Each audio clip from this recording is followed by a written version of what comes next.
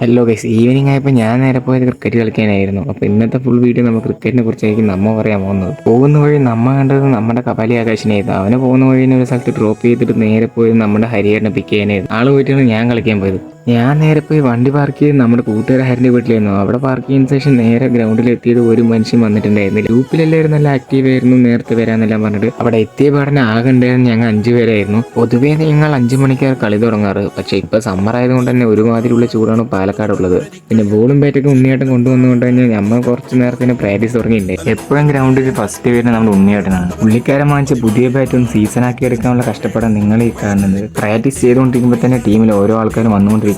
അങ്ങനെ 2 ടീമിലുള്ള ആൾക്കാരായതും തന്നെ ടീമിൽ കളി തുടങ്ങി. ആദ്യമൊക്കെ ഒരു ടീമിൽ 7-8 പേര് വെച്ച് ഉണ്ടായിരുന്നുള്ളൂ. ഇപ്പോൾ 12-13 പേര്. ആളുകൾ കൂടിക്കഴിഞ്ഞാൽ പാമ്പ് ചാവില്ല അവരില്ല. ആ അവസ്ഥയാണ് ഇപ്പോൾ ഇവിടെ ഉള്ളത്. കഴിഞ്ഞ ദിവസം ബർത്ത്ഡേ കഴിഞ്ഞത് കൊണ്ടാണോ എന്നറിയില്ല, അണ്ണന്റെ കണക്ഷൻ ഒന്നും ശരിയായിരുന്നില്ല. അതിന് ഭയങ്കര സങ്കടം ഉണ്ടായത് നമ്മുടെ അഭിയായിട്ട്. അപ്പൊ ശരി, ഇനി അടുത്ത വിശേഷങ്ങൾ അടുത്ത വീഡിയോയിൽ കാണാം.